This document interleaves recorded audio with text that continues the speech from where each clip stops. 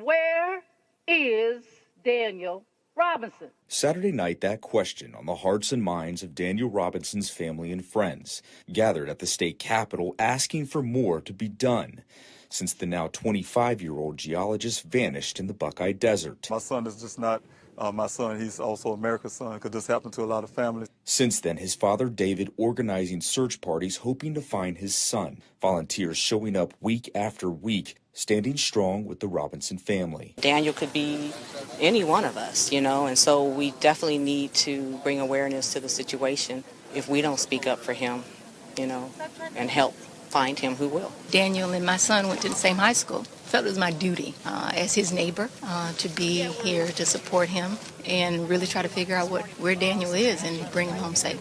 David's search parties found Daniel's Jeep Renegade rolled over in a ravine, airbags deployed, his clothing found inside out, boots and socks, wallet and laptop, no blood, no signs of injury, no signs of Daniel. God knows how much we can bear, and at times I feel like I can't really take but so much more. But in his weakest times, David says it's the volunteers that provide him strength. Everybody know that I call them my extended family. And so this visual is the same thing. We all here have one common goal, and that's to find Daniel and also to bring light what happened to other families. As the Robinsons' extended family light candles tonight, their collective light shines towards that day when their question is answered and Daniel comes home. Josh Sanders, 12 News.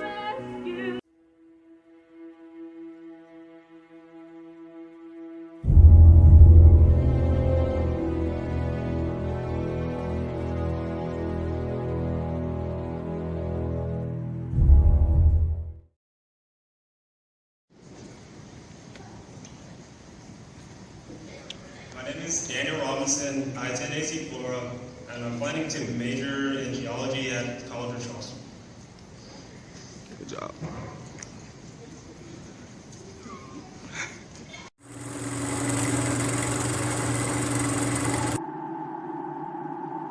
When the lights and camera turn off, I will be here. When the interest and conversation fade, I will be here. When there's no one around, a father will do anything it takes to be there for his son, to protect his family.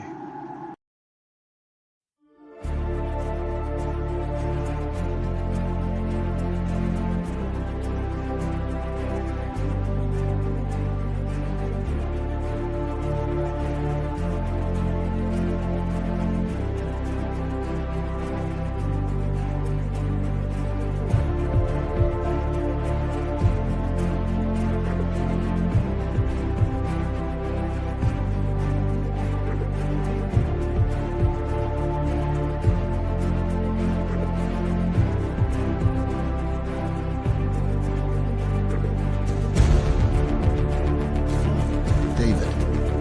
Where's everybody? And I for once. Without these special people behind me, I wouldn't have a search.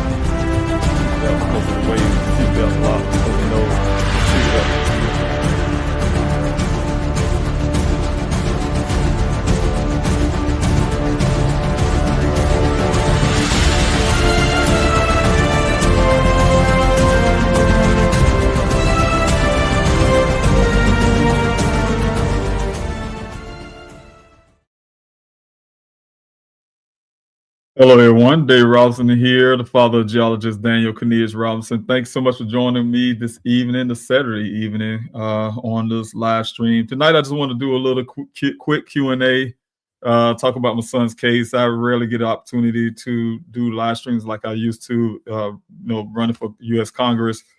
Takes up a lot of time, but I still trying to do everything I can to bring awareness to the missing American crisis that we have in our country. So very important to me, bring awareness to my son's case, keep his case from becoming going into cold status. We have a lot of things that can be done in Daniel's case.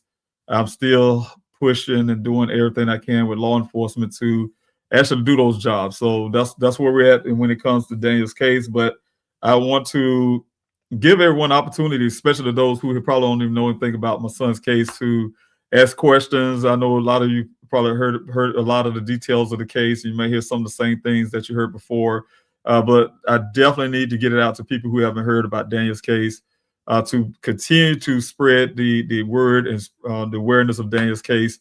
Again, like I said, it's very important to me and my family to keep Daniel's case alive, which is, like I say again, is not as far from a cold case, despite or anytime anyone would think so, because they say, hey, where's the new leads or new things? But like I said, I have to keep pushing law enforcement. You remember when I was in Arizona, the only time law enforcement, well, again, the Buckeye Police Department was doing anything is when I was there, personally there, and pushing them down the street. It's almost like kicking the can down the street to get them to do certain things. So now that I'm back in South Carolina, it's a stalemate. It has been very still. So again, my goal, what I have been doing is in the background is pushing, getting FOIA requests to you name it, to try to get law enforcement to do their job. We had a custody exchange of the items that I have from the crime scene with an agreement with the Buckeye Police Department, Detective Justin Adams, to perform the forensics and things I've been asking for years. I can't report to this point none of those things, as far as I know, until I get this FOIA request done to determine if they have done anything. But last I've known with a phone call, they have not. So, but that's where we're at. Just keep pushing. Like I said, the only way, and that's with any case, the only way you can get new leads in the case is like we see what happened in the Galtry case. You have to go look for it. If law enforcement is not actually actively looking for something, they'll never find it. They'll just say, "Oh, we don't have anything. It's a cold case." But you have to go look for it. And I don't want to have to use that same analogy I use all the time when it comes to looking for things. You can technically say, especially when law enforcement went out to do a few searches, yes, I went looking for Daniel Robinson, but you didn't really look. Because if we know that if Buckeye Police Department really looked for Daniel when it's out there in that desert, they would have found the human skull that my team, my searchers had found. They would have found the 7 human remains, despite it trying to bring it down to the 7 human remains that we found out, two people out there, bring closure for their families. And that's because we were actively looking. The Buckeye Police Department didn't find their own hands in front of their faces every time they went out to a search. They couldn't even find a construction cone or a cactus or anything. So, but we found everything that was reported to the public out there. I even saw the case for the Maricopa County Sheriff's Office, red pickup truck they were looking for. So what I'm saying, if you're actively looking and you're really dedicated to that, and you really have a passion to do the right thing, you would have found, like I said, the human skull, or you would have found the other human remains that was out there. So again, I'm pushing them, and I have to continue to do so. And to do so, again, everything I do, and I say this a lot of times on the Instagram and TikTok and some of those things. So I think some people don't really understand what I'm saying, that everything I'm doing is for everyone else. It's not for David Robinson. It's not for some ideal that I have and just want to run for U.S. Congress. No, it's for everyone. It's for the 600,000 Americans that go missing every year. It's for my son. It's for, the names I just don't know, and I when I go say I do these things and try to do everything I can, I need the help and it's people to kind of fill in that gap. So I do have the infrastructure there in a sense. If you look at pleasehelpfinddaniel.com, as a matter of fact, I should have shared screen, but look at pleasehelpfinddaniel.com. You can see where I have the infrastructure there. The flyers, the mail-in protest, the sign the petition, those type things.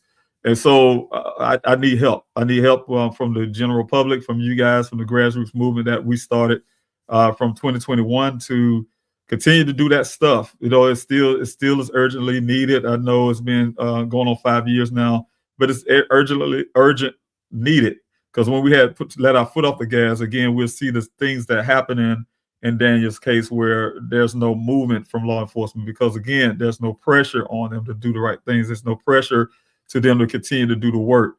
And so, you guys have done that for me in those years, made things a lot easier.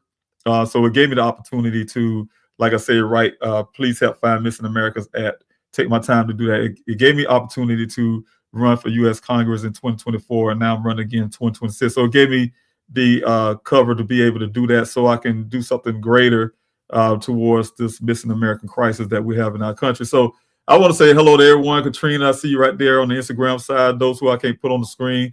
Who is that? Gil fella. Thanks so much. It's me. Thank you so much for being here. Annabelle, thanks so much for being here. And yeah, I think that's how you said it. Henna, thanks so much for being here. Everyone that's on the Instagram side that I can't put on the screen right now, but I'm really grateful that you came in on this evening. Those who are on Facebook, YouTube, and Twitter, thank you so much for being here. Chill Out, thank you so much for being here. Hello to you as well.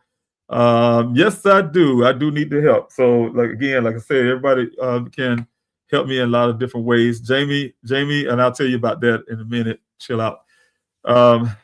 Also, we are with you, sir, to bring Daniel home. I truly appreciate that, Jamie. And thank you so much again for being here on the Facebook side. Chill Out on the YouTube side. I truly appreciate that. And I have Teddy Johnson, thanks so much for being here. Daniel, thanks so much. I appreciate it. Daniel's so lucky to have a dad like you. Thank you so much. I truly appreciate those sentiments and those words. I really appreciate that. Holly Anderson, thanks so much for being here. I would be doing the same thing you are if my son was missing. Yes, and I have no doubt, parents, we will go. We go to the limits for our children. So no matter how old they get, they're ours. So yes, and I know you would, Holly. I know you would. Also, Villa, thank you so much for being here on Facebook side.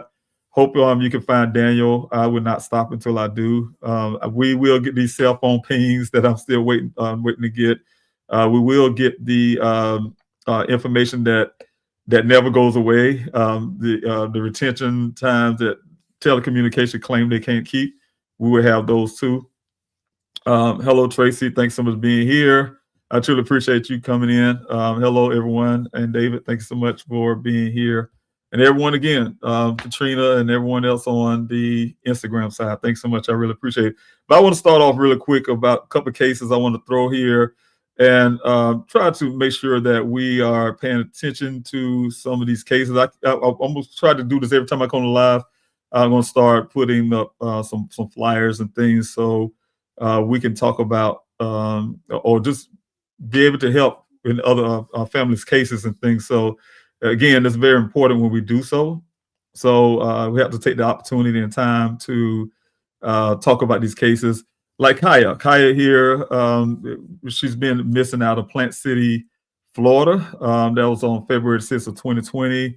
At the time, I believe she was 33. I hope that time is right. Katrina, you can tell me if I'm right on that. And you're welcome, Katrina.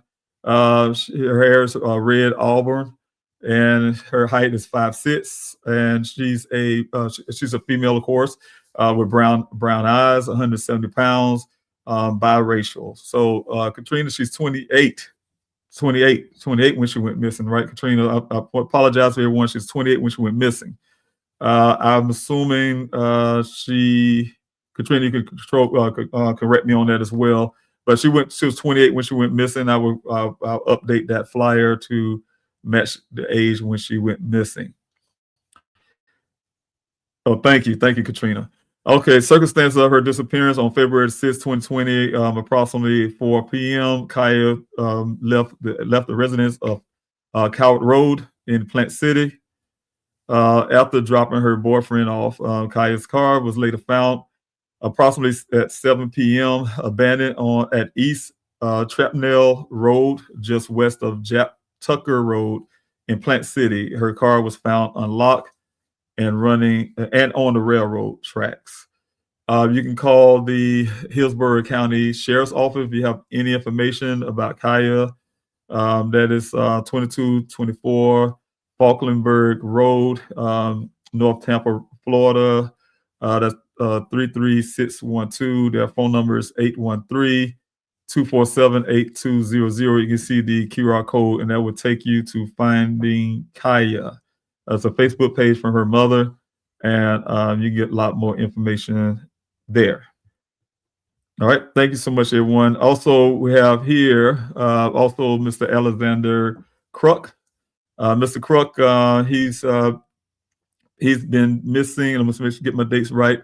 I didn't get his date of birth, but I think he was missing. He was at 37 years old. If I have any of these things wrong, I have to do some updates. You also please forgive me on that part.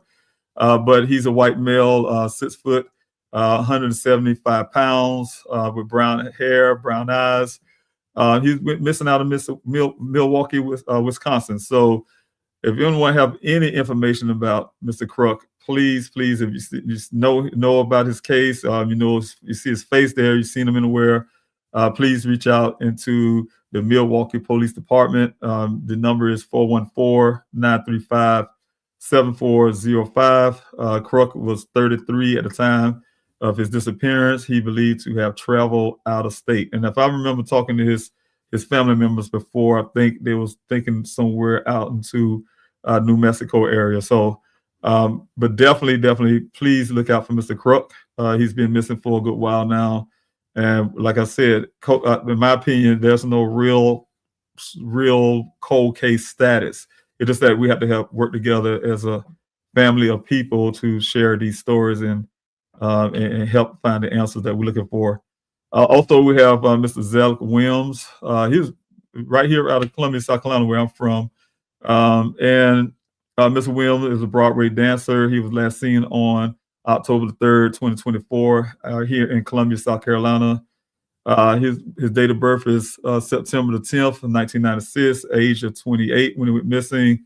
Black male, 6 foot, 150 pounds, black hair, and brown eyes.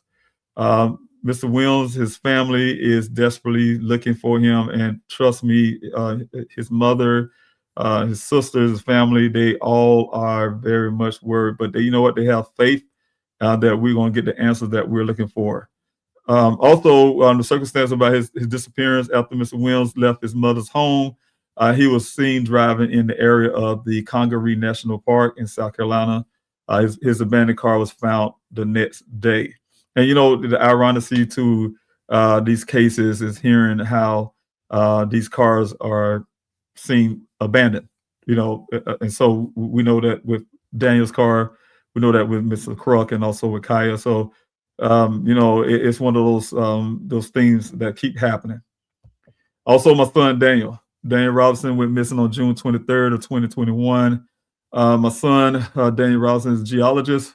While working out in the Sonoran Desert, he went missing after meeting someone, Ken Elliott from Weber Waterworks, out at a well site. And he was 24 years at the time, and he's 28 now. 29 now. I'm gonna get my dates right. Date of birth, January the 14th, 1997.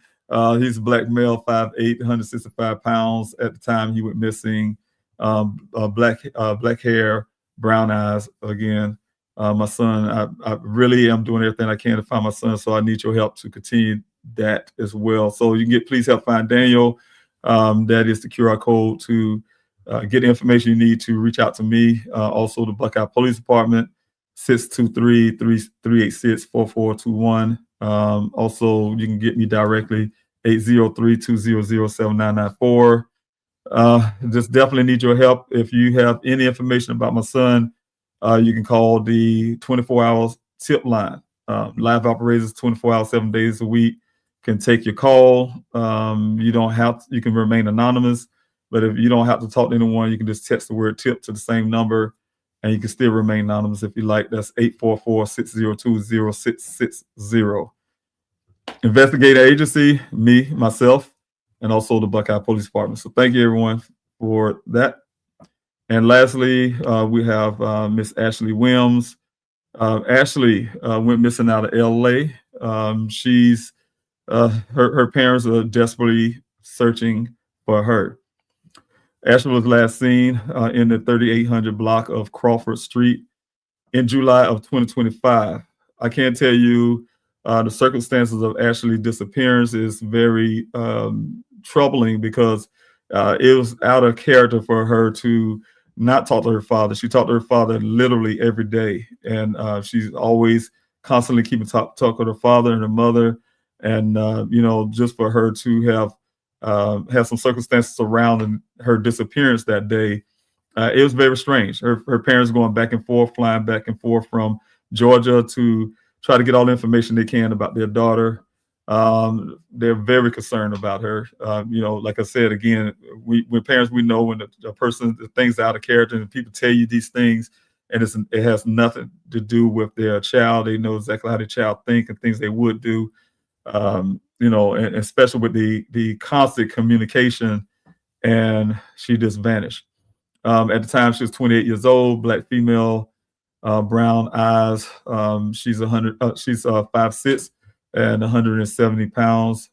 If you have any information, please call the Los Angeles Police Department, 1-877-527-3247. And the QR code there, it would take you to the LAPD newsroom where you can hear learn more information about Miss Williams. So thank you, everyone.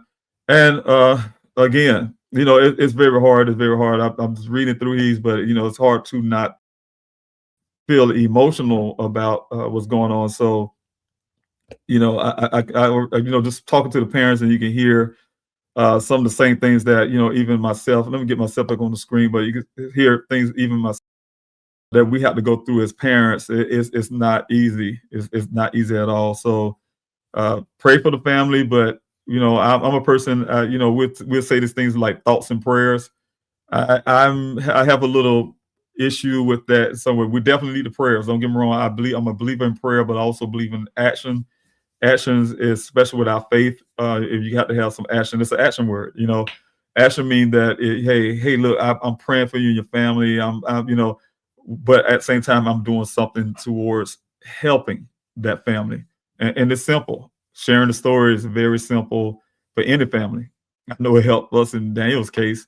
A lot of people across the country know about Daniel's case. A lot of people in some other countries know about Daniel's case. And that became from you all sharing his story and keeping it out there. So again, it's real important. So thank you for everyone for joining in on that. Before I go on the Q&A session, I want to run through a couple of things for families. When you have a missing loved one, you have to.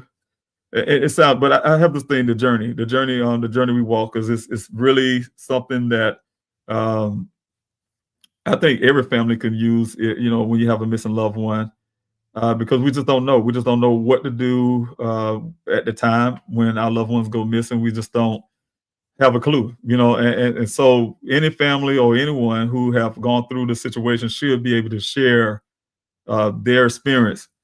This pamphlet that I created, it has a lot in it, but it still can grow. I'm still learning more and more, and I have to keep updating and add a little bit more. So, but what I do have right now is some of the things I like to share with families, because, again, you just don't have the answers that you're looking for.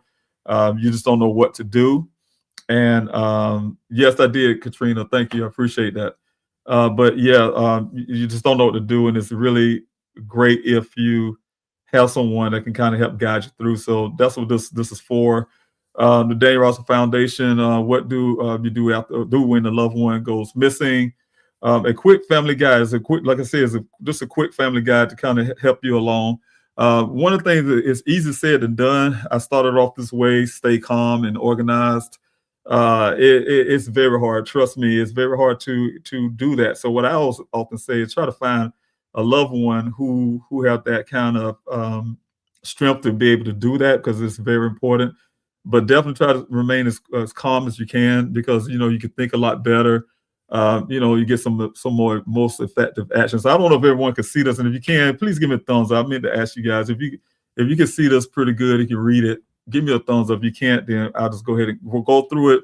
And I apologize. And this time I'll try to make it a lot bigger for the screen. But let me know. Give me some thumbs up if you can see, and anyone can see, and go kind of read a little bit, enough to go along with me as I speak about this guide. And I'll give it a moment. And Katrina, you can get this copy of it. You can download it off of the DanielRobinsonFoundation.org. It's right there as a PDF. Also, I can send it to you. You can request it on pleasehelpfinddaniel.com, or you can contact me. And like I said, with the phone number and the information I'll put on the screen, I will send that out to you, or you can download it. But yes, I see some thumbs up. Thank you so much, everyone. I truly appreciate that. All right.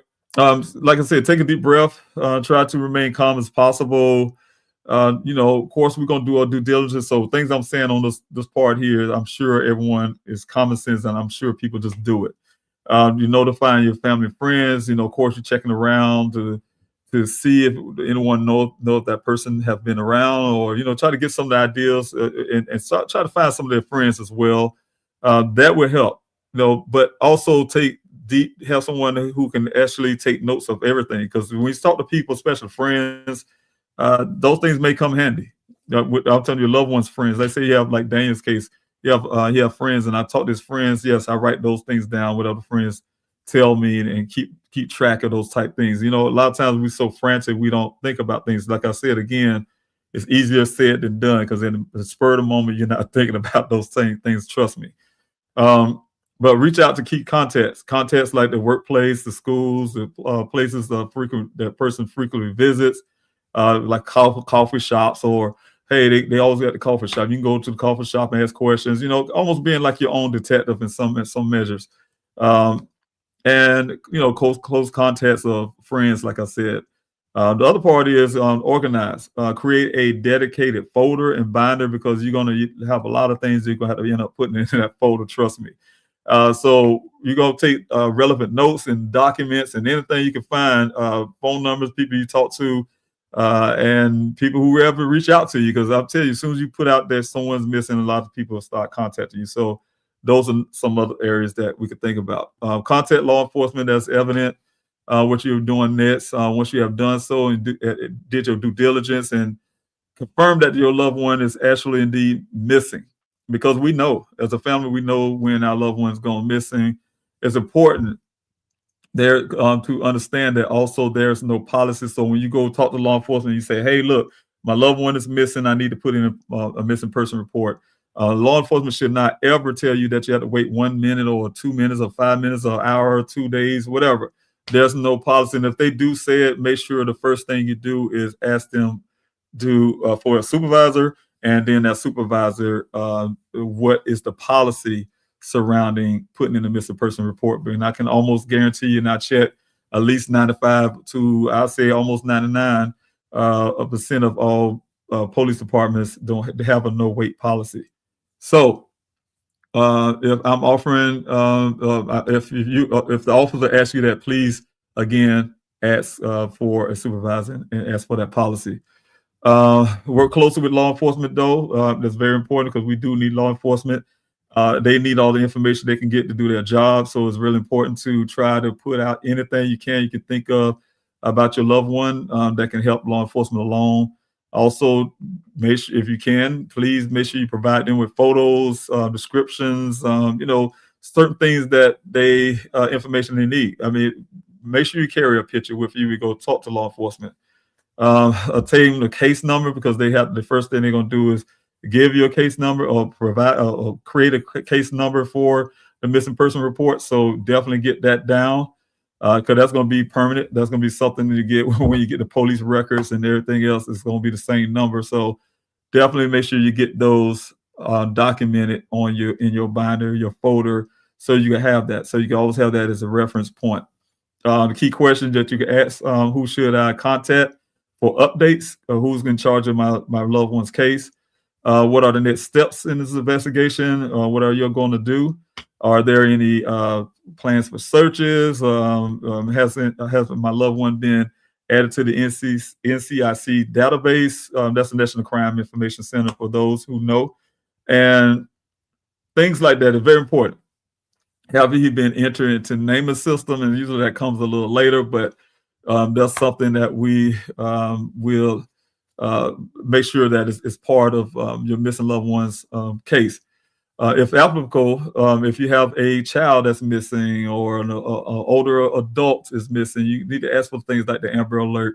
I would like to see the Clear Alert. That's something that's just done in Texas right now, and I think trying to push it in Louisiana, and I'm really getting ready to gear up to push it here in South Carolina. That's for people that don't make the Silver Alert and don't make the Amber Alert. That's kind of sitting in the middle. A lot of states don't have it. I only know of 1 or 2 states that have it so far. The Silver Alert for our elderly, most vulnerable population. If you have any of those criteria, please ask them if they put that person on those alerts. How are you engaging with the public for tips and sightings? Are they in the flyers, new coverages, things like that? Because I know in Daniel's case, there was it almost took 2 weeks for them to even get a local. I couldn't get a local. I just had to reach out, and I had Josh Sanders and Nicole Griggs were the only 2 people that took Daniel's case at the time. And luckily, they did so because they gave us the break that we needed as a family. And every time I talk to Josh and Nicole, I'm so grateful for everything they have done in terms of that. So again, just ask all the questions you can that comes to your mind. There's a lot of different kind of questions that comes up that's pertinent to your case, to your loved one's case. So write those things down with those answers. Always have that notepad in your hand, and everything law enforcement tell you, write those down, because I promise you, you're going to need it later. Just keep regular contact with law enforcement. Keep providing them all the information that you can. That's important. And still, you can get some updates and things like that. But it also shows that you're very invested in your loved one's case. And trust me, that gets law enforcement to keep moving. Just keep asking questions. Create a social media platform.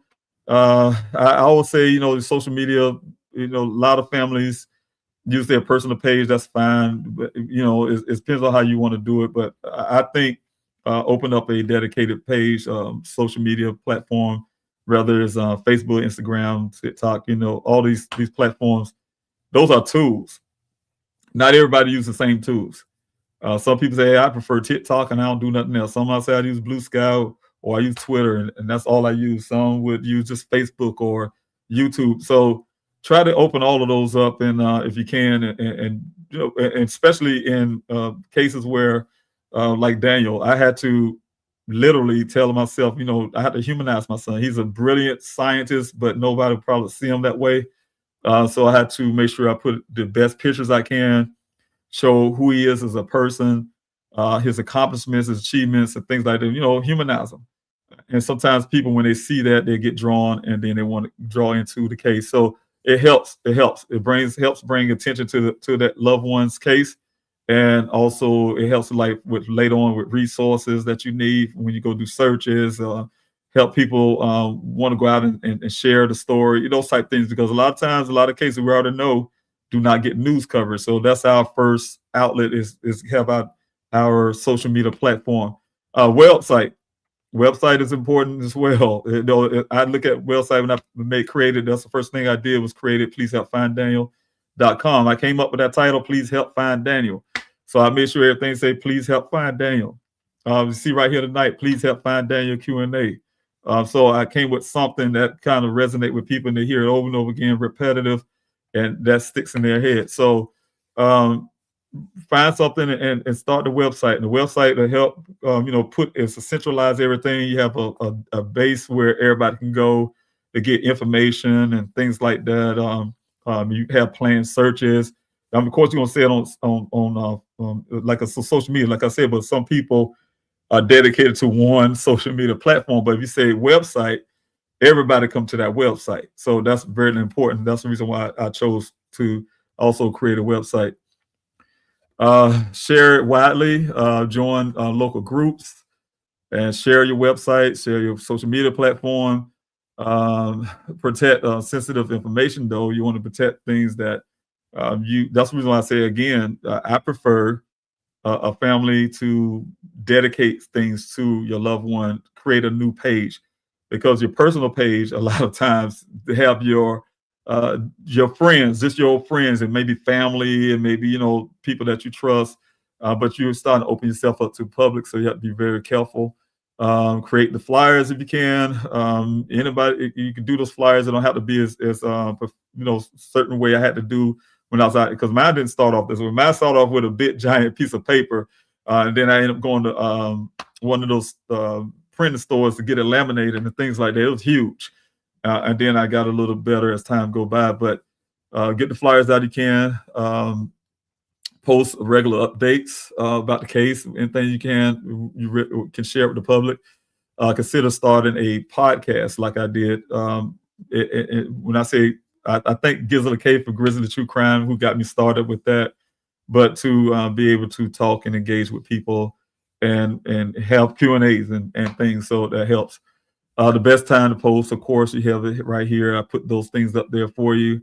You can leverage the newspapers and radios. I have been going to talk to those Mr. Galloway in Phoenix, Arizona. He gave me my first radio break out there in Arizona. I just went to the radio stations and told, hey, look, I have a missing loved one, and a lot of times they'll put you in their slots, and you can get your loved one out on the radio station to get a wider audience. So so those things you can look at. It's a lot here, and I might go through the whole thing tonight, because like I said, you can get these things off of Daniel Robinson foundation.org, or you can get it. Please help find Daniel. I will make sure it's on that website, pleasehelpfinddaniel.com, or you can get it directly from me. I can send it to you as a PDF form.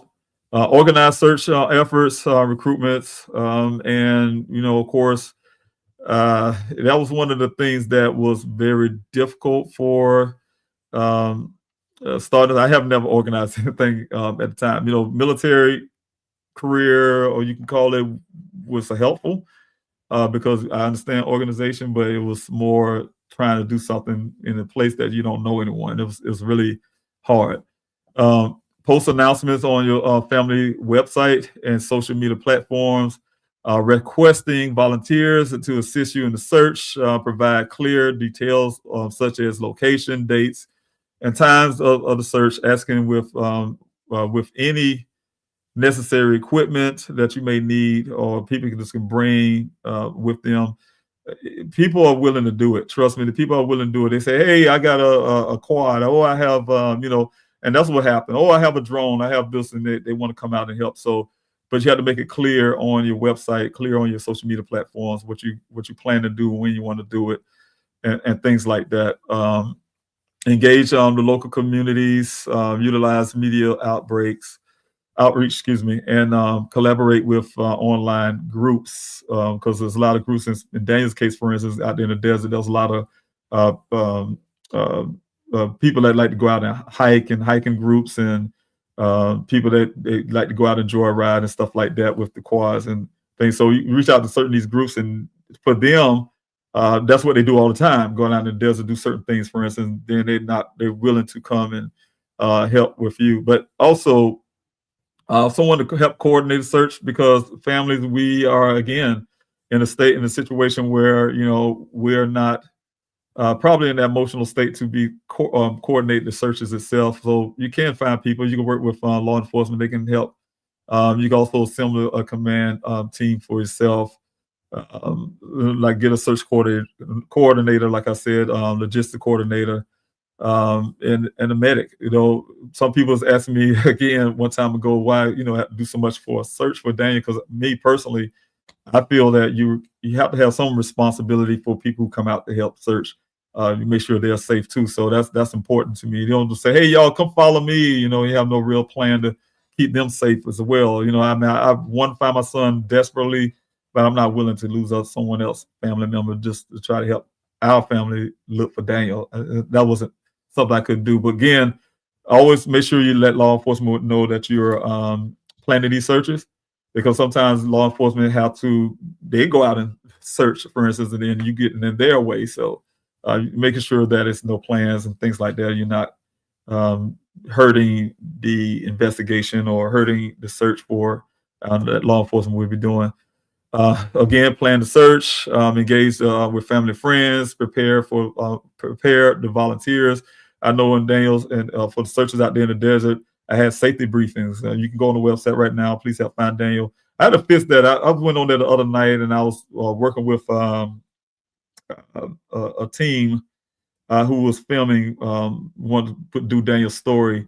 And I went on my website, and that just reminded me. So if you go on the website right now, it's not doing what it should be doing. And they gave me something to do this weekend. I just thought about it just now, so people would know what I'll be doing tomorrow is fixing that part of the website. But the website should have been when you go out and you can get to see the safety briefing. You go on Please Help Find Daniel. You can see the safety briefing, show you what to do in the desert. I created that through YouTube and also added a YouTube video. Tell you how to dress and, certain little things, depending on what type of search you're doing. You're out there doing water search or something different. You're doing search out like we did with Zelig Williams out in the wooded area near, a river. It's different things you wear and do. So to keep other family members safe, I think it's important that we give them the information they need to how to dress and prepare for what we're going to be doing out there. Make sure you stay hydrated, for instance, all that kind of stuff. So that's really, really important. Bring the flyers for distribution at the searches as well. People want to, after they help search, they want to also go into their communities and different places to share your loved ones' flyers. So again, other part is with those flyers is costly. Like I said, I'm going to stop here, you guys, because I want to get into the Q&A session, but I have a lot of information here, the resources here. So you can go through all of this and you can find a lot of information. But again, like I said, I'm planning to update it. I stopped because, again, I'm running for U.S. Congress in 2024, and I'm doing it right now in 2026. And it takes, running for Congress, it takes a lot of your time every day. So it was more to it than I thought it would be. Running for office, my goal was to push Daniel Robinson Law to the U.S. Congress and keep going, and also fight for my community here in my state. So I will go into the question part of Q&A, but look out for the journey here and look out for it to be updated. I'm going to work on that to get it updated, some more information I would like to put in it.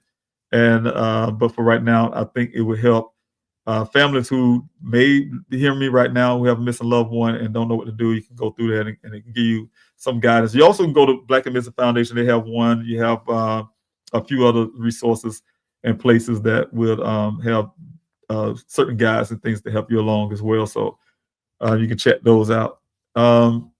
Let's see where I'm at now. And I want to go to the websites, but I will do that next time. We're just going in the Q&A session part of things. If you're on the Instagram side, I say this every time I do the lives, and I don't know why they do not in Instagram. It's crazy because Meta is Facebook, and somehow you're not able to put Instagram on the screen. I can put it on it, but it won't be the way you can actually see. Everyone can see you on the screen, so it'd be kind of something that's not worth trying. But I can't see you. If you're on Instagram, I can see you. If you have any questions, please put the word question before your question, a question mark or a big giant Q or a big giant question mark. And I'll identify your question as I come down the comment section. I can see you on the screen there. But everyone else, if you're on Facebook, Instagram, Twitter, YouTube, except for Instagram, I'm sorry. Everyone else, I can put you on the screen, and you probably see yourself on the screen already. And I'll come down and help answer some of those questions I see. And that's what I'll be looking at, like Zodiac here. Thanks so much for being here. Real quick, Zodiac, I'm going to pin you right here for a second, but I want to say hello to Black Sheep. Thanks so much for being here. I have followed Daniel's case since he went missing. Do you have suggestions on how people can prevent missing person from being exploited? It's alarming how frequently it's happening. You say missing persons are being exploited. If you're talking about, I'm not sure which angle you're going with that, but one thing I can say really quick, and I'm gonna get back to you, Zodiac. I got you, Mark. One thing I can say about that, when you have a missing loved one, and I tell families this too, please know that people are gonna come out of the woodwork. There'll be all kind of people. There's gonna be some that really want to help you, but there'll be a lot of them that want to exploit you. And that's what I think you're saying right now, Black Cold Case. They were trying to take every opportunity to capitalize on your pain. They know that you're most likely not thinking, and and I hate to say it this way, and I'm not saying it to demean anybody or make the thing light, but you might not be rational on everything, right? Because even when I was even being sharp, like I said, I used my military training to keep me from getting all emotional and breaking down, because that's what I was feeling when I was driving on that road. I couldn't get to Arizona fast enough. But even in that moment, even in those moments that you guys say, "Oh man, Mr. Roberts so strong" and stuff, I still had people was able to take advantage of me. $21,000 worth of damage. What I'm saying, so it can happen. It can happen. So again, yes, there's always people out there to capitalize on your pain. And so I have, when you ask that question, Black Sheep, what we do to prevent missing Americans being exploited. And one thing is call it out. First of all, call that person out, call those people out. And if those people, if someone in the public can identify someone who done it in the past, and you see them moving towards another family that's unwilling or unknowing what's going on, let that family know. I mean, just let them know, so at least they can go out and start researching those things themselves. Because I know it would have helped me, because I went through it was so many private investigators that came my way, and I'm telling you, because of some things, one of the worst. Everybody that know me, they can tell you behind the scenes, the worst word you can say to me is pro bono. Pro bono is like cussing me out or something. I don't trust people when they come off and running off and say, "Oh, I'm gonna do some pro bono." Nobody do anything for free. So be careful when people say that. I'm not saying nobody wouldn't, but 9 times out of 10 is not what free is not really free. So you have to be really careful about the word pro bono, for instance. Again, or some would take your story, your loved one's story, and to sensationalize it to get more clicks on their social media platforms or something. So you have to look out for that too. I had a person my daughter came crying to me one day about some guy was on YouTube, and he had millions of followers. But anyway, he was on this YouTube channel. He had his backdrop or whatever he got going on, like a real studio. I mean, this all papers and everything, like a news channel. And he was telling his audience how I was a government agent, and Daniel is not real. He's not a real person. And this is all about the cover up for COVID. And during the time we was just getting over the COVID pandemic. And he had this thing so convincing in the paperwork, and if I didn't know who I was, I'd be like, man, he make it sound so convincing, seem true. And so he'll tell me how my head moving this way. And so make a long story, I'm saying people capitalize, especially with social media.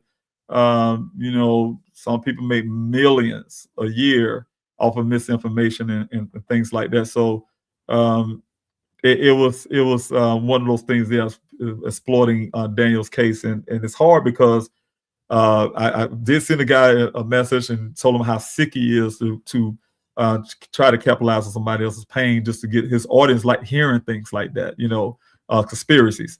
And so it's good for him financially, but it's bad for a family who's trying to look for their loved ones. So, of course, some people say, "Oh, you could have sued him for." No, I'm busy searching for my son. And so that's more important. But the thing is, yes, you do have people that exploit missing American cases. And, a person like me, when you say that, Black Sheep, first I'm thinking in my mind, like I wrote with Daniel Robson's law, trying to find ways, especially legislative ways to curb some things, just come up with new ideas and talk to some of these state legislatures and stuff, and come up with some stuff to make it a crime to do that, that type stuff. And thanks so much for being here, Sagittarius Rising. Hi, David. Chat. You are a one. Thank you so much. I really appreciate it. Thank you so much. God bless you. All right. I want to get to the question again. If you have any questions, do like Zodiac Cancer 84. Do put the word question first with your question or question mark or capital letter Q. That'll help me when sometimes I do kind of stroll down really fast, and when I'm looking at the time and I say, hey, I've been on this Q&A too long, and I try to go to the questions and get as much of them as I can. So what can we do as a whole to put pressure on the Buckeye Police Department? Because this being long enough, it'll be 5 years this come June, and no signs of Daniel. And I feel like they know something what happened, and I do too. I always have, of course, Zodiac. I'm always going to feel like there was always been a cover up, and we know Chief Hall, he quit. I'm sure to keep his pension or whatever he did, and also not only he quit, but also in the same time frame, Sheriff Zone, who's over the Buckeye, the Maricopa County Sheriff's Office, resigned as well, and he didn't finish his. He's an elected official and didn't finish his term. So, those a lot of things that was happening at the time was very troubling. We already know the Buckeye Police Department, same chief that quit was suspended before, and the other one was forced to quit. The assistant, when they was falsifying documents, when it comes to crime statistics, and he also got in some real bit trouble for having business dealings that wasn't allowed him being the chief of police. So it's a lot of things that was going on to signal that a lot of corruption and cover-ups was done. It's mainly for me, it was when my private investigator came in and found all the information he did, and he was convinced this is a stage event, the vehicle staged there, based on hard evidence. I mean, physical measurements and things that he does with the vehicle for his job. And then the Buckeye Police Department rejected his finding, waited about a month and a half, I think almost 3 months, to finally hire their own private investigator, which I thought that's a detective's job, but hired their own private investigator all he did was rebut everything my investigator found, but the crazy part was they say, oh, he's a world national expert or something to the fact. And if I was that guy, if he is one, he actually he signed his name on that BS, because this guy, it make him look bad because he haven't even touched Daniel's vehicle and made a full report. He never even seen it with his own eyes in life. And that's almost like me making a report about the birds flying in Washington, D.C. around the park. And I'm sitting right here talking to you guys right now. I have never seen it. And so, this guy was able to do that, and they put it in every police report as gospel in a sense. It's something. So it's a lot of things like that. When you say that, that's what comes to my mind, Zodiac. But yeah, to put pressure on them is to continue to do the mail-in protests.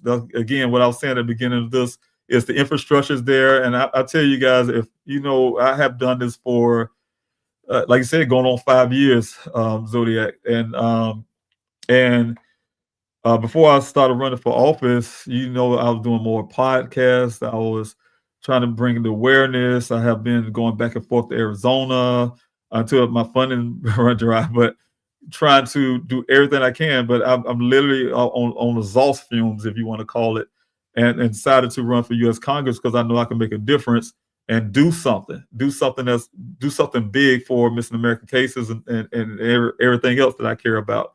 But the point is, I'm saying is to be able to get that help from the public. It's one thing to be able to set some things up and try to get the people. And I want to give one shout out to a young lady, but I don't know if she want me to put her name out, but the young lady who saw the last week's podcast and was able to want to join the Daniel Robinson Foundation to help us get it off the ground. And doing the things I would like to see it do. So I really think that's an example of what I'm talking about. We need people for the Daniel Robinson Foundation to do the things I would like to see it do. I can't do it by myself, and I'm trying to do all these other things. Keep the pressure on law enforcement. I need those phone calls. I need those letters still sent. I need the mail-in protests. That's really hard, really strong.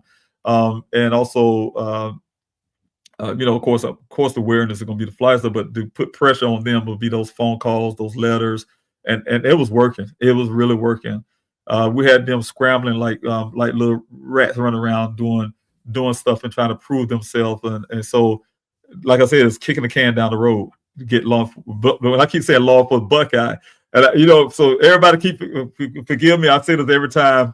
The reason I laugh because I talked to law enforcement also some good ones. I know some good ones. I even met one in Indiana, Indianapolis recently, and there's some good ones out there. I'm telling you, some really good officers, some good detectives. And when I was in Arizona, say, why can't you just say the Buckeye Police Department?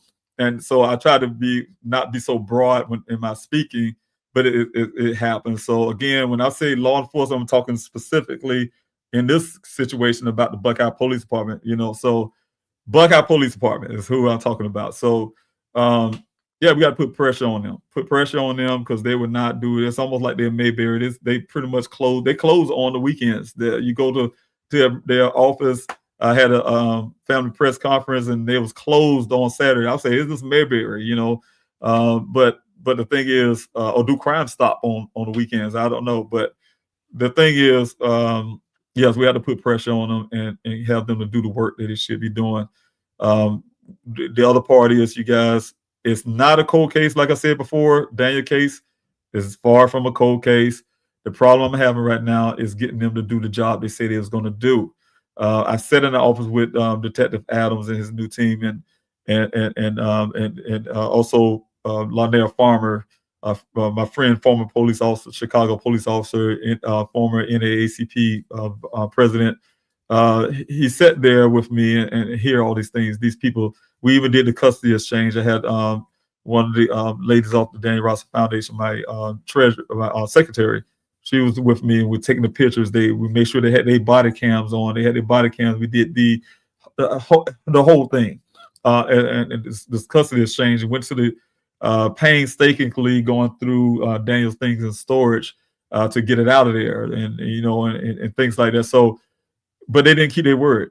They didn't keep their word to this day. Here it is, 2026. But like I said, for me, it's a handicap because I don't have the finances to run back and forth to Arizona right now the way I like to, and put that pressure because when I'm there in their face, oh yes, I get a lot of pressure put on them. So that's why I reach out to you guys too to help in two ways. Do the GoFundMe that I have, but also to help with doing that, making those phone calls and things like that. That'll help, being there present and also letting them know, hey, the public didn't give up on them. The father didn't give up on them. And so Daniel's case is really, people are keeping an eye on it right now. And we need to have them to do the work that they said they was going to do so you can find these leads. You ain't going to find the leads. We've seen the Gultry case, and I'm going to say it again. That family is getting the kind of attention, and unfortunately, they haven't found her, and that's the strangest part for me. But the thing is, but they have that kind of attention where they're actually looking. They would have not found blood, or they would not find. When Daniel's case, they had to look for blood in that case. In Daniel's case, they said we didn't see with our eyes. There wasn't nothing they did to look for, no spraying or nothing, or light or whatever they used. No, we didn't see with our eyes, no blood, and they just pull everything off the scene, throw it, dragging on out there real hard, whatever. Detective Biffin at the time told me on a call that I recorded myself talking to him, telling me why he didn't see a reason to do any forensics or anything on the scene, and so it's that time. You're not looking for it, you're not going to find it, If I wasn't looking for Daniel as hard as we were, wouldn't have found the other human remains out there. We wouldn't have found the things that we did, So again, we didn't look hard enough. We wouldn't have found the 11 additional miles, the 46 initial cycles, the red transfer paint, the 2 impressions on the windshield, the time of day that happened. We wouldn't have known none of that stuff if we didn't go looking for it, because damn sure the Buckeye Police Department didn't find any of that. So anytime y'all hear about that stuff on Daniel's case, came from a private investigator. They didn't look for it. They didn't look for the, they say, oh, the vehicle was going in the black box. They didn't read it. They didn't even bother about really reading the black box data that he gave to my investigator. He had to read that stuff, and it wasn't the constant foot throttle on the pedal, things like that. and if anybody been in the desert, for instance, I'm using that example, that pressing that gas pedal, and we do it with desert vehicles. That terrain is so rough. Could you imagine keeping your foot on the gas pedal steady now, steady speed, and bouncing all over the place, and with that type of vehicle, you'll be bouncing all around that cab, going at that kind of speed. And first of all, it was impossible to get that speed, but that's even on a flat surface in the desert. You'll be bouncing all over the place, and trust me, in the desert vehicle, we can get thrown all over the place. So it's impossible to do all of that. But is it possible to a vehicle lying on the passenger side and cranking it up 46 times? I mean, who would be putting their foot on the brake pedal and pushing that start button 46 times trying to crank it? I mean, it doesn't even add up with science. So there's a lot of things like that. So again, let's go to the next question. Thank you so much for your questions, Zodiac. Do we have one here? Seth says, this case here, thank you, Seth, first of all, being here off the Instagram side. This case here keeps me up at night. I can't imagine what it must be like for you, his family, to contemplate. I mean, I contemplate Daniel's whereabouts all the time. Yes, and I understand that. Yes, and thank you so much. I really appreciate your prayers and your condolences and everything. Yes, it keeps me up a lot too. I have many times that I have it's been times I have to keep thinking about Daniel, and especially certain moments and days where you have to, you have opportunity to stop. A lot of times when I stay busy, it helps me. It helps me tremendously. And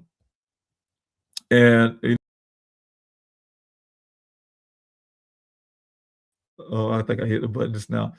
It helps me a lot when I stay busy to keep me from thinking. But we can't stay busy 24 hours, 7 days a week. So yes, it's those times that can always come back and haunt you. In those ways, just keep thinking about it. So I don't see any questions, so I'm gonna put this up.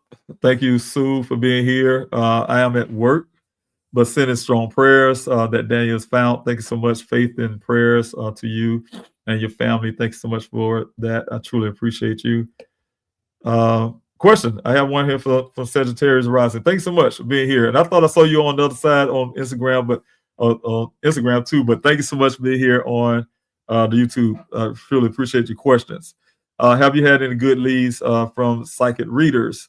No, I have not had any at all, but I can tell you when I was out there in the desert, I had, I haven't never known that many psychics in the world, period. But I used to get people reach out to me a lot. And we had a group that came out of somewhere in California. And I think it was a group of 5 or 6. And they asked, can they come to the search? They want to come to search out of California. Of course, we need all the help we can get. But they said they wanted to kind of stay off to themselves, because they had a place they wanted to search. And so, of course, but in my search, it was kind of hard for me to agree with that because I don't believe in, I don't want anyone to have rogue searchers in the sense I call it, because I feel responsible for everyone out there in the search. So that was kind of hard, but because they had so many, the group of people with them, they was looking out, almost like battle buddy situation to me. So, and at the same time, my investigator and his team was out there. And so what I had Mr. McGrath do at the time, his team was to keep, monitor with them, make sure they're okay. So they was able to do that. Make a long story, we found the human remains, the ones that was really more fresher at that moment, for not to be so graphic, but so I have seen them come out and do some stuff when it comes to finding remains. And so, but to answer that question, no, I haven't, been engaging, with information from any psychic readers. All right, I have, I thought there was a question here. Well, thank you so much for being here, JC Adams. We have, you saying good evening. So sorry I'm joining late. No, I'm glad to even have you here. The Buckeye Police Department give you information on any forensics from the Jeep. No, they have not.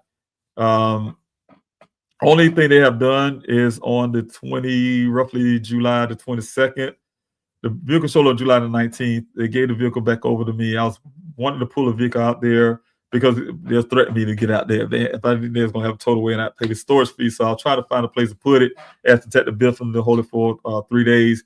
But it was already in the making through a Chief Anderson from the Tempe Police Department, friend of mine at the time, and he gave me access to Chief Hall at that time, and so we already had a meeting planned. He called me, and I think it was like around the 22nd, to meet with Chief Hall and his team, and also the detectives and stuff.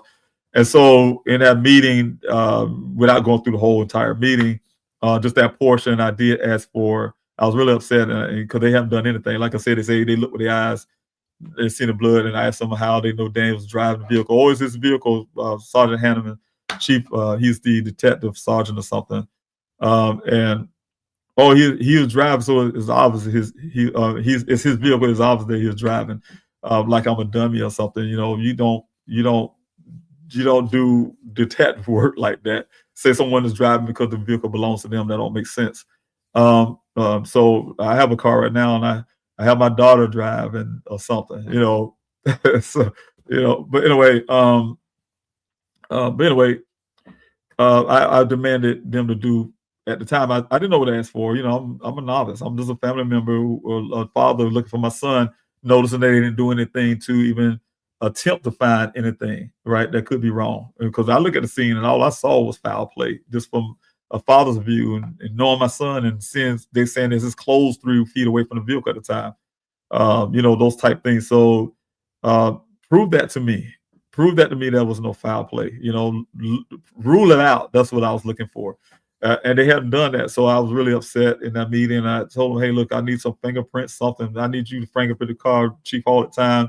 Because of my attitude, I'm sure he agreed to hold a vehicle a little longer to do that. What you guys hear now? Oh, we swapped the steering wheel. That pattern they showed they do. We swapped the steering wheel, the shifter, and the door handle. And to this day, 2026, they have not yet compared to anything. So, so the case is, like I said, no, they haven't have any information because they haven't done anything with it. Like I say again, even the swabbing itself, it's a lot more that need to be done. The vehicle again that came on on April 10th last year. The promise is to do the airbags, the clothing, because we don't recognize the clothes. They forcing that. No, that's Daniel's clothes. Like they telling us about our loved one. That's his clothes. We want that be verified because we don't identify it. And also. Like I said, the airbags, all the airbags deployed, what happened on the passenger side, let's swap that up. But, those type things needed to be done, and it wasn't done. So they don't have anything they've done. I mean, again, like I said, it's kicking the Buckeye Police Department down the road to them just to get them to do searches, and then people pat them on the back because they got law enforcement in front of their name and say they did something. They haven't done anything. I did all the work, and Larnell Farmer, he was here right now. He'd be raising the high hill, talking about that, pleading that case because it's true. But that's where we're at on that. So thanks so much for your question.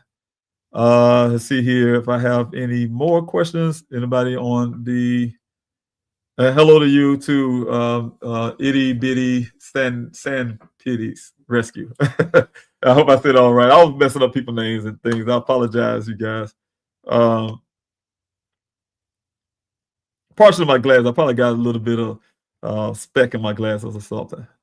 I have a question here from Lindsay. Thanks so much, Lindsay, for being here. Lindsay says, I haven't been able to tune into your content lately because life just got in the way.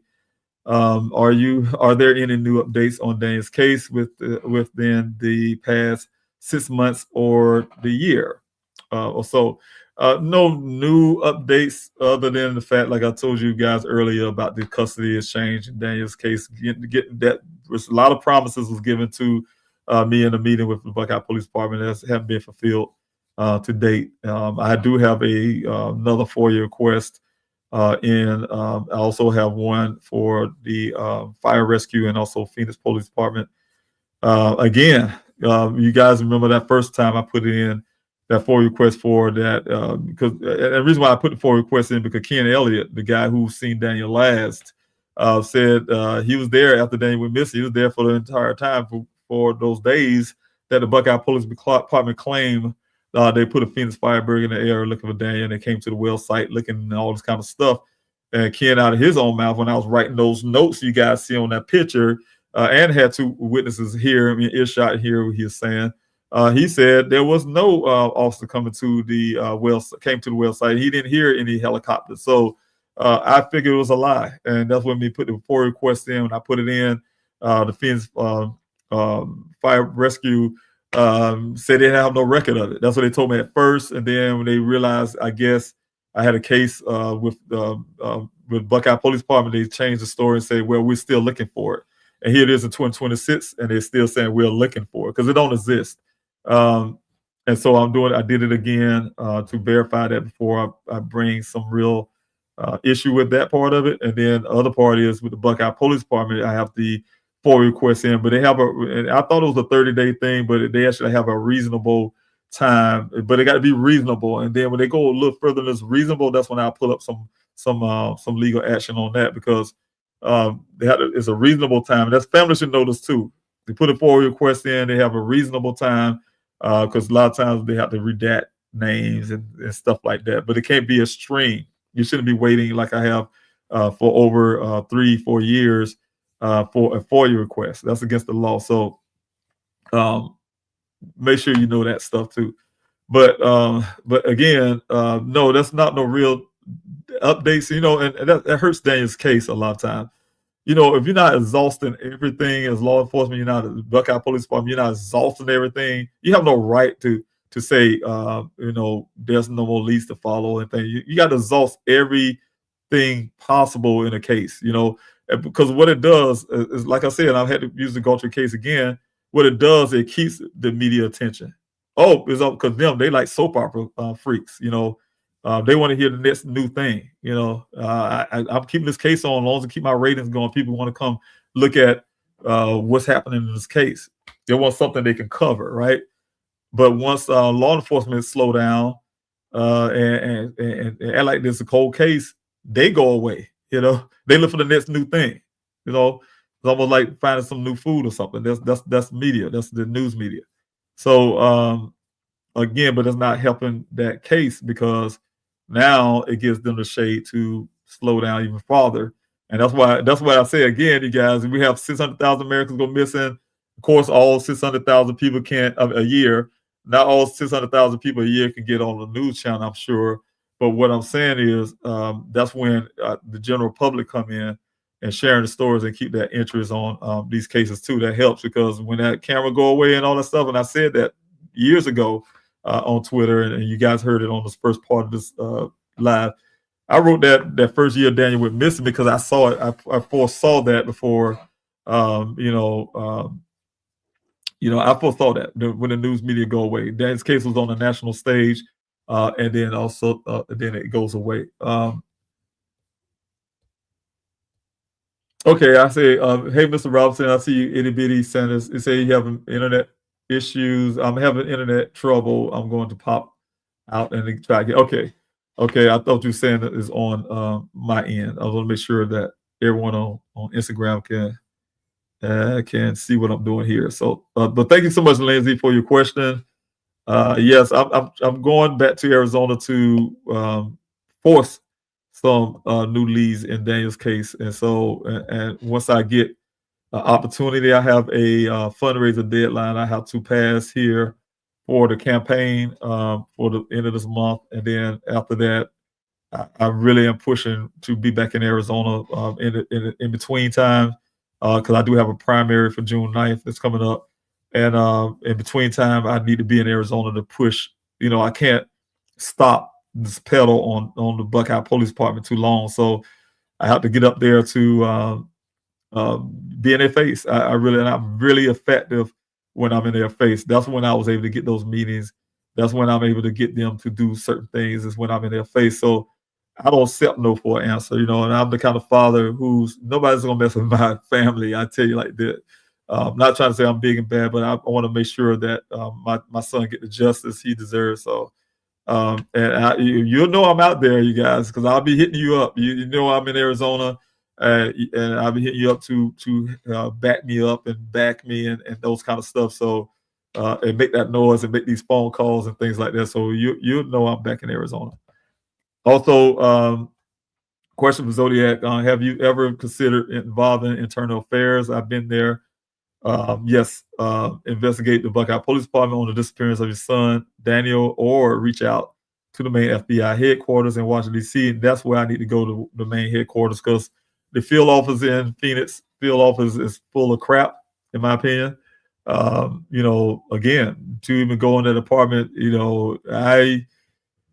they're like glorified police officers in a sense because that field officer, the same one that's working the Guthrie case, it depends on who you are, how you get treated. Larnell, he's a dark-skinned brother, and I'm walking in. I'm saying it this way for a reason, you guys. And I hate to try to. Some people say that you bringing race into it. No, race is a big factor in this thing a lot of times. And so I remember just as a father going to talk to this FBI that the Buckeye Police claimed that. This agent at Buckeye Department claimed and did this thing behind my back. They did this case briefing, and that agent said, "You, Mr. Robinson, did such a good job on your own. We don't need to come in." That's what they told me. The FBI said, right? So I don't want to bleed out about the FBI. So I went to I got in contact, found out who the agent was, and got in contact with him. Set up a meeting that I'm come up here to talk to the agent because I want to hear what they was telling the Buckeye Police, what the Buckeye Police Department showed them, because I have done all this work for Daniel's case and because they haven't done anything. What are they claiming they did? And so, make a long story. When I got there, that field officer, he knew it was there. You have to check into. They have a guardhouse. You check into the guardhouse, and they call the agent. Inside the building, and they had us wait into this little room adjacent to that. Of course, you got to get checked to make sure you got no weapons and all this stuff. So we sat there and waited in this little back room, and he came with 2 armed guards, the agent. And then when I said, "Hey, how you doing?" I reached my hand out to say, "Hey, how you doing, sir?" And he yelled at me. I know who he is, and it was real bad. The guy had a gesture. As in that day, and I'll be honest with you, that day I felt the way his body language was and the way he was attitudish and the way he was treating us, I thought we weren't going to make it out of there. They didn't even let us in the building. I thought we was going to get shot in this place, and I'll be straight up honest. That's how threatful it seemed like that. Just as a parent coming to ask questions. And so, again, yes, that's the experience I have with the FBI in the field office of the same one that's working that case in the Phoenix department. So again, so I don't have any confidence. I also work with the Justice Department. The attorney I had lunch. I went to the general's office. I mean, just everywhere, everything in Arizona, and no help. I had one told me who was that? I think it was the general's office. Told me they don't work cases like that.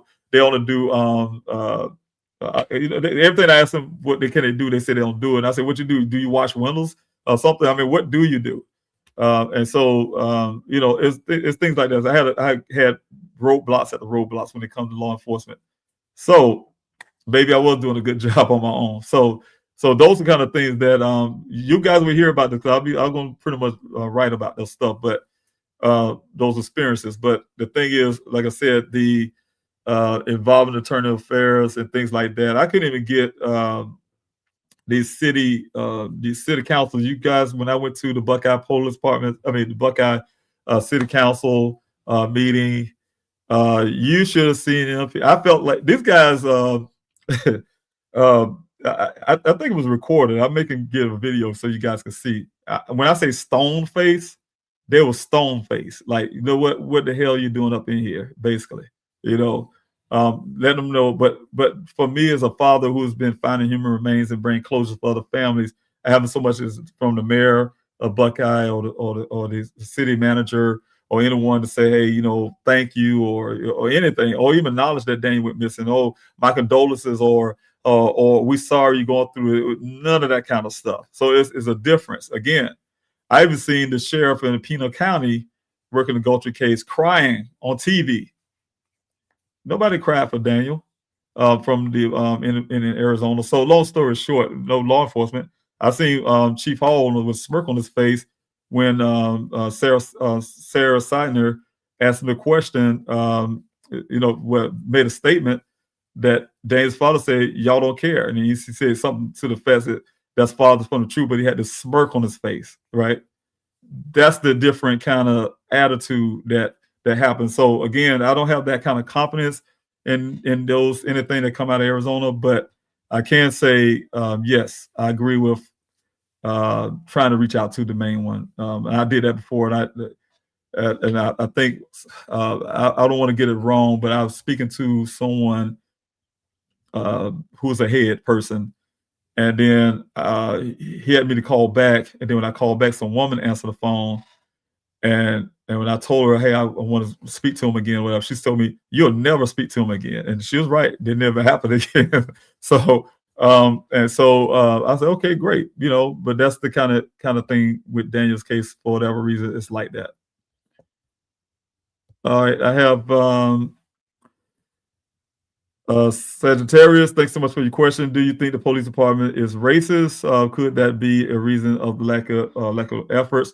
And, I don't know. I mean, I don't know people's heart and their mind. I just know the statistics. I can go by that, what happens, but disparities and things like that. But I mean, I don't automatically say someone is racist. I just think they don't have the. I mean, it could be a little bit like they don't see the value in Daniel like that. So, but I don't know. I don't know a person's heart and their mind. So I can't speak to that necessarily, but I do know Buckeye is a sundown town. I do know that. I have those experiences. So I know that culture and the people that's around there. We have some Black people that live in Buckeye too, don't get me wrong. But that's a sundown town. And they know where you should be. You shouldn't be in Buckeye. And so do have that culture. The further you come out of Phoenix, Phoenix is a little more liberal than coming out west and going towards LA. It's a little different kind of people hang out and going further out west. So it changes. So I don't know. I do know that in the area where Daniel went missing, there's some parts. If you guys hear me, if you look at that map when I have Sun Valley Parkway, and then we look at that sector map and we're going out how far a person can walk and all the science and stuff that we're using to search. It stretches over there towards the mountains over there, the White Paint Mountains. But on that side, over that side of the road of Sun Valley Parkway, there's some areas back over there that even law enforcement don't mess with. So that's what I hear. And so some communities. So it's some things out there in Arizona that, you just don't mess with in a sense, right? So you have a lot of militias and things out there too as well. So that's the things to think about. But anyway, as in the racist part, like I said, I don't really want to call nobody racist, but sometimes the actions would say that, right? Okay, I think I don't see anybody on the Instagram side. And do we have any more questions here? If you have any questions, again, I'm scrolling down, and I'm sorry if I missed any comments, but I'm looking for any questions that may be lingering before I jump off of here. And if you have that really quick, I don't see any, but I'm probably for the next 5 minutes. If you have any questions, put the capital letter Q, the word question or something like that before your question, almost like Sagittarius did with the question marks or the word question. That'll help me identify your question, and I'll go ahead and answer that question. But in the meantime, I just want to say, thank you everyone for joining me on this live tonight. I feel, and I'm going to share this with you guys. I'm going to share you this right here. And it's going to be about politics. It's going to be a politics, and I'm hoping there's no one to get offended because I know how polarized this country is. I mean, very polarized, and it's sad. And I'll tell you like this, as a father who, it wasn't like this before 2017. It was a little different when you have talk about politics. Hey, not everybody was one party or the other, but we all knew that whoever got that seat, we live under that seat. We didn't worry about certain things. We might not like the policies and all that, but nobody was enemies. That's what I'm trying to say. Nobody's enemies. Nobody say I didn't never heard a Democrat, for instance, or a Republican saying that somehow that person's evil and this person's this. I don't remember ever doing that kind of stuff. But growing up in my life, but anyway, hearing those kind of stuff. So I heard people don't understand with me. I've been out here for 4 years, going on 5 years, doing everything. And when I say I took a loss, I took a real loss, like really. And I'm not complaining because I do this over and over again for my children. I don't care. What I'm saying is I took a loss. I could easily, as a retired military man, just walk away, grieve my son, and try to go somewhere and get my mind right, because it was always painful. Like someone just spoke about earlier, painful to have a missing loved one. It's always painful. It's a constant thing because you don't have any answers, and it just wrecks your brain. You know, hey, I don't know my loved one alive, and you get offended when somebody say something that would insinuate that your loved one is not here any longer, because that kind of destroys your hope in a sense.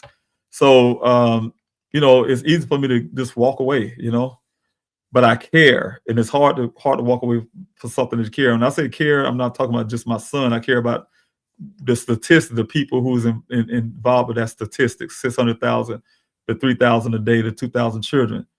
What can I do as a father, as a man, as a person in this community to help someone, right? So when I hear people say, "Oh, Mr. Robbins, you're good dad and stuff," and I say, "Yeah, I think any parent would do what I do. At least I hope so." And so I don't see it as a big, pat on the back, some kind of reward type thing. So it's like, this is what parents do, right? In my opinion. And so, but when it comes to, like I said, not walking away and fighting for everyone that you can with nothing, I mean, literally like almost with nothing, and you still keep pushing to try to help everybody that you can, that's what I'm doing. And then when I have to hear that someone, I sat down and I taught myself how to write a bill, write some legislation in the midst of all of this right here. In my quiet time, I'm sitting there reading, trying to figure out how to come up with a solution to one problem that's going to help me get this stuff from my son and help me get something for other families who go through the same. I talked to the family the other day, Miss Williams, I want to put their name, but Miss Ashley Williams' family. And I'm telling you something, they were saying the exact same thing about these cell phone pings, right? And I was like, when I was listening to them, I was like, you know what? I said, I told them about that bill. I wrote Daniel Robinson law. I bust my brain to try to figure this out, how we can get around this thing. And so I was able to do that. I was able to do it. I wrote it for a federal law. When I was in that telecommunication company, you guys heard me say this all the time. I told them I'll come through their back door. Back door mean I'm running for U.S. Congress, and I did in 2024. I lost that election. I had that bill with me and then say I'm going to take that to Washington because I want to do something about the 600,000 Americans. The same people that's on this feed right now that care about missing Americans, right? But then when someone say, "Are you a Democrat or Republican?" and then you say that they turn it back, say, "Now you're the devil. You're not a good father anymore." Do that make any sense, right? And so what I'm saying is that's really hurtful because it hinders progress. It hinders help. It hinders. And how can people, we turn to something that says, because you label yourself with something, you're not a good person or something. I don't believe that. I don't believe that in one stretch, right? Everybody have a capacity to do great things and stuff like that. So make a long story, that's the roadblocks I've been finding. And it's very difficult to deal with your own pain and then have to deal with what I like to say stupidity like that, right? And so I share that with you guys because I tell you what I'm doing is not easy. I have two other guys that is just I found out today that's running against me, and so for a person like me that don't have the funds the way they do, they're doctors and lawyers and all this kind of stuff going on. So they have their big network of people who can just throw all this money, and some of them probably take PAC money and things like that, which I don't. And so they challenging me, and the only way I see it is is making it harder for me to take this bill to where I wanted to go. Right. So it looks that way for me.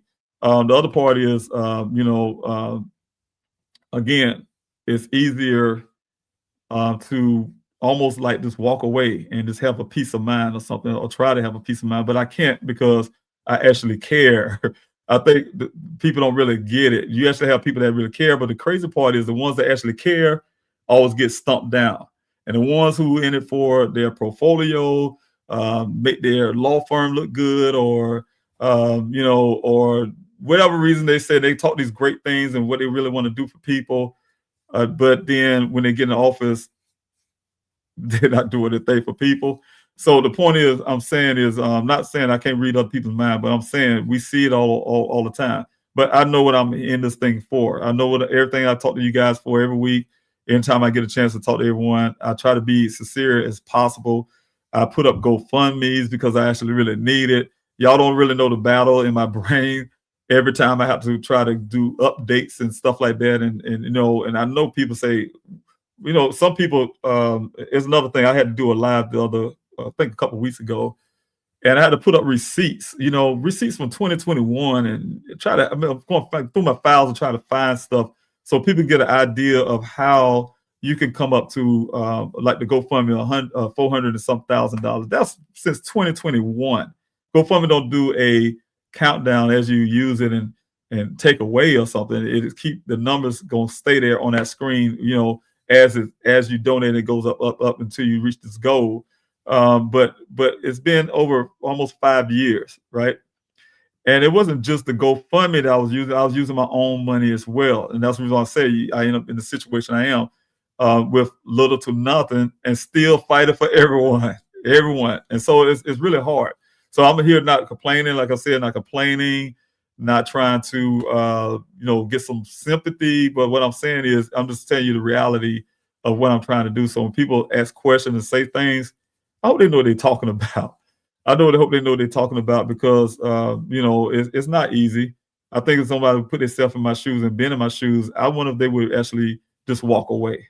Would you just walk away? Because like I said, again, it's an easier route to just walk away. So, but I just can't. I can't, because I have a lot of reasons to do what I'm doing. And the main reason for my son, he's my number one priority, first of all. And again, I have a heart. If you guys was in that desert with me and you talked to families who, I know Katrina, she was on the Instagrams a while ago. You talk to families who have missing loved ones, and you have to look in their eyes and you have to hear what they have to say. And you hear the same stuff that you had to go through in the desert. And it was painful, right? With dealing with law enforcement and dealing with these people and all kind of stuff. People use you and taking advantage and all this kind of stuff. After all of that, and you don't have a heart to try to do what you can to help other people. I watch people like Katrina Overstreet, who have her sister Kaya that I was talking about missing. People don't know, but these people like that being out there hustling to bring work together and try to bring some light into family cases and stuff there. But she works hard, got a regular job and doing all this other stuff. So I know people like that. I know people. I'm not the only one. I know people who does this kind of stuff, and they really just do great stuff. I'll be honest with you. But it takes that. It takes people like us to keep pushing when we ain't got nothing else left. Just keep pushing. And so that's where we're at right now. But that's why I think it's really important for everyone to support people as much as you can. I mean, it may sound like, I know it's easier for us to get a side eye about things that are, a lot of bad stuff is happening in this country. So it's easier to think the negative before the positive. And that is our culture. That's what we are. We'll cling on to something negative a lot of times than we would on the positive side. Hey, to see the good into what people are trying to do. So just watch. I mean, like I tell people anything, just watch and say, you choose it.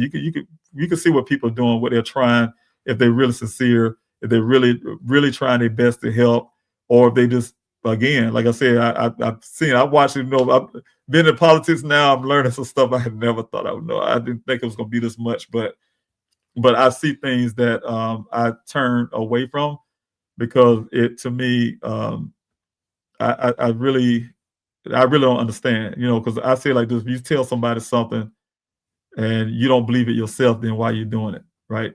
Or you tell people certain things, and people like me actually believe you, and then turn out you trying to be a fraud or something with them, or you trying to look out for yourself somehow.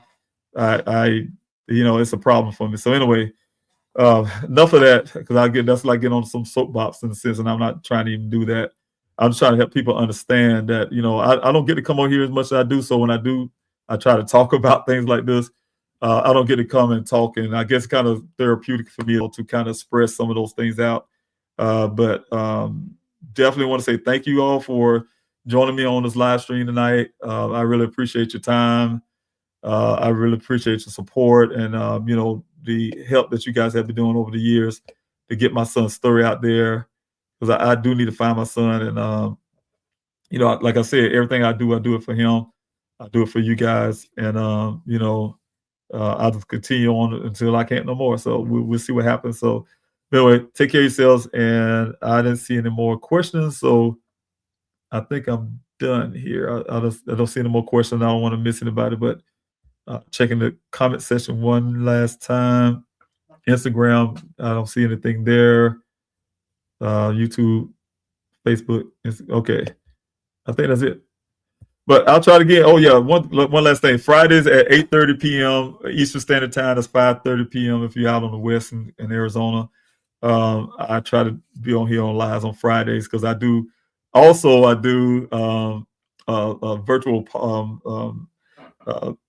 virtual town hall. I do every Fridays for the political stuff. So after I do that, is at 6 o'clock. I'm at Eastern Time. After I do that, then I try to, if I feel up to it, because sometimes it's a little rough day. If I have a long day and I'm just tired, that's why you see me. I don't really do the lives like I want to for Daniel stuff. Is because I end up really tired. But I try my best to do it like 8:30 p.m. on Fridays. After I do that town hall, try to do it 8:30 p.m. That's Eastern Time. So again, that's 5:30 if you're in Arizona. This time of the year, it was 5:30, and also in California, 5:30. And so if you want to join in with me on the next week, I would love to answer some of your questions. I will share some more missing American cases, flyers, and one other thing I will do, I will go over the website. I want to do that tonight. I'm tired now, but I wanted to go over the website, both of them, and hopefully you guys can, again, help me out. That's what I'm looking for. So just want to make sure that. Oh, and one thing, I want to do this real quick, because I do want to do this real quick so you guys can see this, and I'm proud of this. I heard I was talking to a guy who's running against me today. I'll put this on the screen real quick before I jump off. I hope I froze up. I think I froze up, but it may not work for me out. Let's see. Yes, I stop it. Okay. If y'all can hear me, I apologize. I froze up when I went to go try to share screen. But next week, I'm going to try and show you. But anyway, I can just tell you. I have the Daniel Robinson Law. Daniel Robinson Law. If you can hear me, please put a thumbs up, because I my screen's froze up.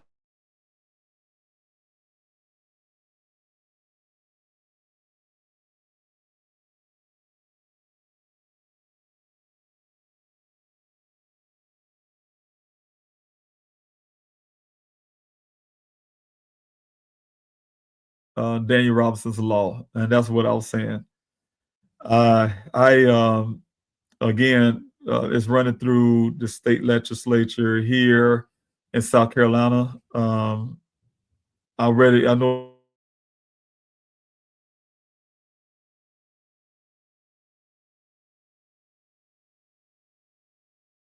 they will be asking families to come in and testify. I did ask a few families who have missing loved ones to join me when that time comes. So I need as many people as I can. What I'm going to do is put it on the website where everyone can write letters, or I'm going to try to find a way that you can do a small video if you can't make it to South Carolina for this But I'm trying to get as many people as possible to testify how this bill will help your family, right? And because again, we need all the support we can for this, and that's. I say it like this. I'm telling you the crazy part about this whole thing. Again, if y'all have an issue with me, please let me know in the chats. I'm just gonna keep talking because I can't see myself moving. But what I would say is pushing into Arizona is having a roadblock because, like I said, R is an issue, right? For some people, and I don't understand why, but for some people, they will actually hinder progress that can help millions of people because they want to be partisan or something. So we need families to stand up together, and it's not about parties and things like that. It's about trying to get help for these families, help for my family, and try to get this law passed. So, and South Carolina is not the only one. Like I say, Arizona, Louisiana, but definitely when I get to Congress, try to get it on a federal level. We really do everything I can to make that happen. And so, again, that's where we need to be at right now. So, anyway, have a good night, everyone. I thank you so much for your time again. And I don't know if everyone can hear me still because everything looked frozen to me. But I hope you have a wonderful night. And I apologize if you did get frozen and you didn't hear everything I was saying. But we will talk soon. And I'll see you all next week. And let's see, I think that's it. But take care of yourselves. God bless.